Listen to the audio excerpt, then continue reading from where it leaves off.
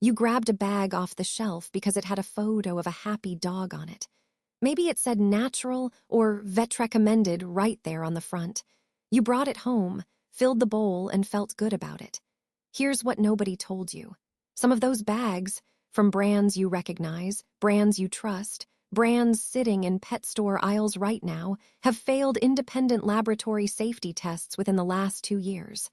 Not recalled, not pulled, still sold, still being bought by people exactly like you, today, right now. Let us be very clear about something before we go any further. This video is not about fear-mongering. It's not about sending you into a panic spiral every time you open your pantry. What it is about is something the pet food industry has counted on for decades: your trust. Your assumption that if a product is on a shelf in a major retailer, someone, somewhere has verified it is safe. A government agency, a vet, somebody. But here's the uncomfortable truth that independent testing keeps confirming over and over again. That assumption is wrong.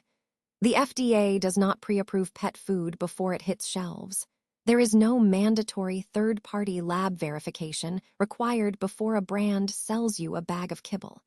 What that means is this: the safety of what goes into your dog's bowl relies almost entirely on the manufacturer's own self-reporting. And some of those manufacturers have been caught by independent labs with no financial stake in the outcome, producing food that contains things it shouldn't, or is missing things it claims to have. In this video, we are going to break down exactly what those failed tests found, why these brands are still being sold, what the recall system actually does and doesn't protect you from, and most importantly, what you can do right now to make sure what you are feeding your dog is actually what the label says it is. This is going to change how you shop. Let us get into it. Let us start with what failing a safety test actually means, because this phrase gets thrown around, and it is important you understand exactly what it covers. Independent labs, organizations with no financial relationship to pet food brands, periodically purchase products off shelves exactly the way you would and run them through analytical testing. They're checking for a few key things. First, whether the nutritional content matches what's stated on the label. Second, whether heavy metals like lead, arsenic, mercury, or cadmium are present at concerning levels. Third, whether there's contamination, bacteria like salmonella, mold toxins called mycotoxins, or even fragments of materials that have no business being in dog food. When a product fails these checks, it doesn't automatically trigger a recall. It doesn't automatically trigger any government action at all.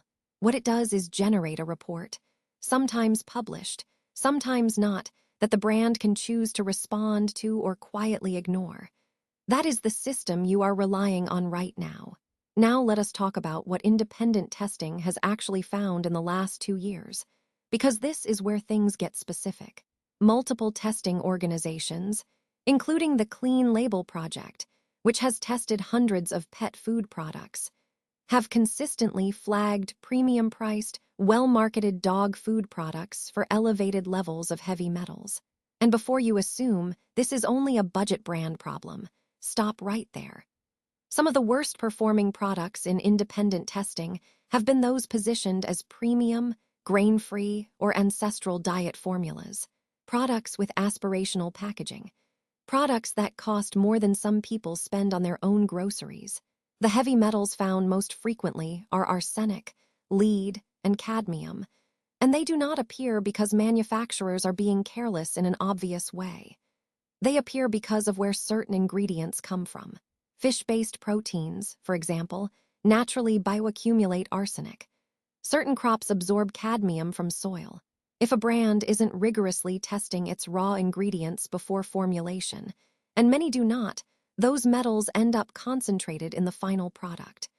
Your dog eats that product every single day. Short start here is something that genuinely shocked me when I first looked into this. The FDA has a threshold for what it considers an actionable level of contamination in pet food, but that threshold was not designed with daily, long-term exposure in mind. It was designed to address acute, immediate danger, so a product could technically fall below the FDA's actionable threshold, while still delivering a cumulative heavy metal load to your dog that, over months and years, creates real physiological damage. And because the symptoms, lethargy, kidney stress, GI issues, look like a dozen other things, most owners and even most vets never connect the dots back to the food. Your dog can be slowly harmed by something you believe is safe, and no alarm will ever go. Now let us talk about the recall system, because understanding this is critical. A recall sounds like a safety net. It sounds like someone is watching. Here's what it actually is.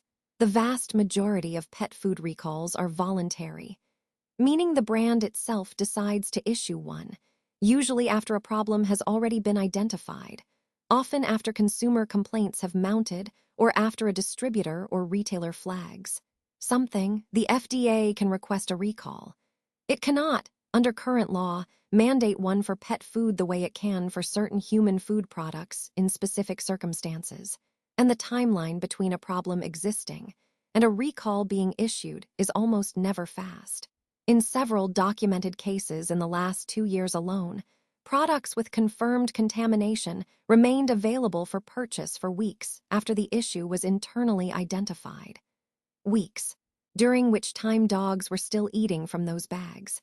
There's also something called a market withdrawal, which is quieter than a recall and gets far less attention. A market withdrawal happens when a brand pulls a product for quality reasons that do not rise to the level of a safety hazard, at least by their own internal definition. These do not make the news. They do not trigger the FDA alert system that some owners have signed up for. They're not searchable in the way formal recalls are. And in some cases, what gets classified as a market withdrawal by the brand would, under a more rigorous system, constitute a legitimate safety recall. This is a gap that the industry has quietly exploited for years. So what are the actual patterns that should concern you?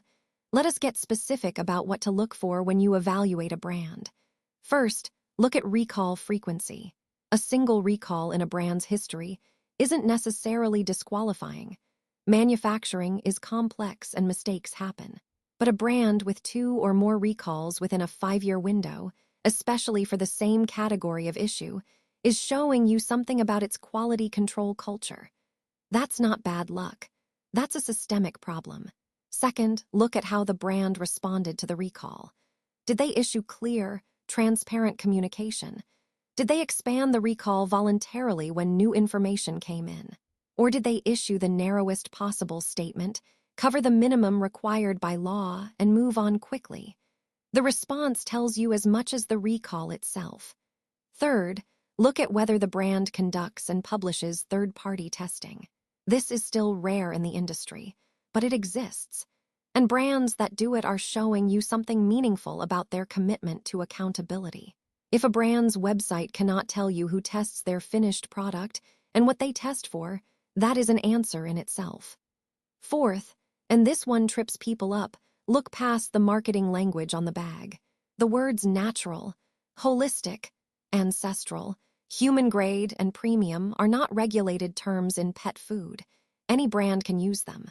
They carry no legal requirement for higher safety standards, better ingredient sourcing, or more rigorous testing. In fact, some of the brands that lean hardest on this language are the ones with the thinnest actual safety verification behind them, because they've learned that the marketing does the work their quality control doesn't. When you see a bag that leads with emotion, photos of meadows, language about love and care, train yourself to slow down and ask the question the bag is trying to stop you from asking. What does the testing actually show? Fifth, consider the role of AAFCO statements. You'll see one of 2 statements on most dog food packaging. Either that the product was formulated to meet AAFCO nutrient profiles, or that it was tested using AAFCO feeding trials. These sound similar. They're very different. Formulation means a computer model calculated that the recipe should meet nutritional requirements. Feeding trials mean real dogs ate the food and were monitored for health outcomes. Formulation is the cheaper, faster, more common route. It also doesn't catch everything. A food can be mathematically complete on paper while still containing ingredient forms that dogs cannot fully absorb or utilize. When you are evaluating a brand, a feeding trial statement is a meaningfully higher bar. Now, here's what you can actually do right now today. Step 1. Go look at your current dog food brand's recall history. The FDA maintains a searchable database. The website Dog Food Advisor also aggregates this in a more accessible format. Search by brand name and look at what comes up. Not just whether there are recalls, but what they were for and when. Step 2. Look up whether your brand has been included in any independent lab testing reports. Clean Label Project publishes their findings. Some veterinary nutrition researchers publish testing data. If your brand has been tested and the results are public, you should know what they showed. Step 3. Go to your brand's website and look for a safety or quality page. Look for specific language about third-party testing of finished products, not just ingredients, but the final formulated food. If that language isn't there, email them and ask. A brand with nothing to hide will give you a direct answer. A brand that responds with marketing language about their commitment to quality, without answering the actual question, has just told you everything you need to know. Step 4. Talk to a veterinary nutritionist, not just a general practice vet, but someone with board certification in nutrition, if you have concerns about what your dog has been eating. They can help you evaluate options, and if your dog has been showing unexplained symptoms, help you consider whether diet could be a contributing factor. Step 5. Rotate proteins and brands thoughtfully. This isn't about paranoia. It is about reducing the risk that a single source of contamination becomes your dog's only source of food. Variety, done intelligently, is a legitimate risk management strategy. Here's what all of this comes down to. The pet food industry is a multi-billion-dollar market with a regulatory framework that was not built for the scale or complexity it now operates at. The brands that fail independent safety tests are not always small, fly-by-night operations. Some are names you'd recognize instantly. Some are sold at every major pet retailer in the country. And they remain on shelves because the system, as it currently exists, does not force them off. That responsibility by default falls to you, not because that's fair. It isn't. But because your dog cannot read the label, cannot search the recall database, and cannot advocate for themselves. You're the only one standing between them and what goes in their bowl. If this video made you stop and think about what's actually in your pantry right now, good. That's exactly what it was meant to do. Go check your brand's recall history tonight. It takes 5 minutes, and it matters more than most things you'll do this week for your dog.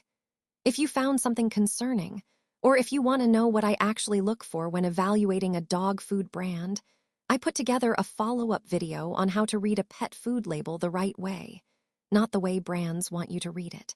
It's linked right here. And if you know someone who's been trusting a brand without ever really questioning it, share this with them. Your dog is lucky to have someone paying attention. Thanks for watching. If you loved this video, scan the QR code on the screen right now to subscribe and join the Pawsome Life family. Give your dog a belly rub for us, and we will see you in the next video.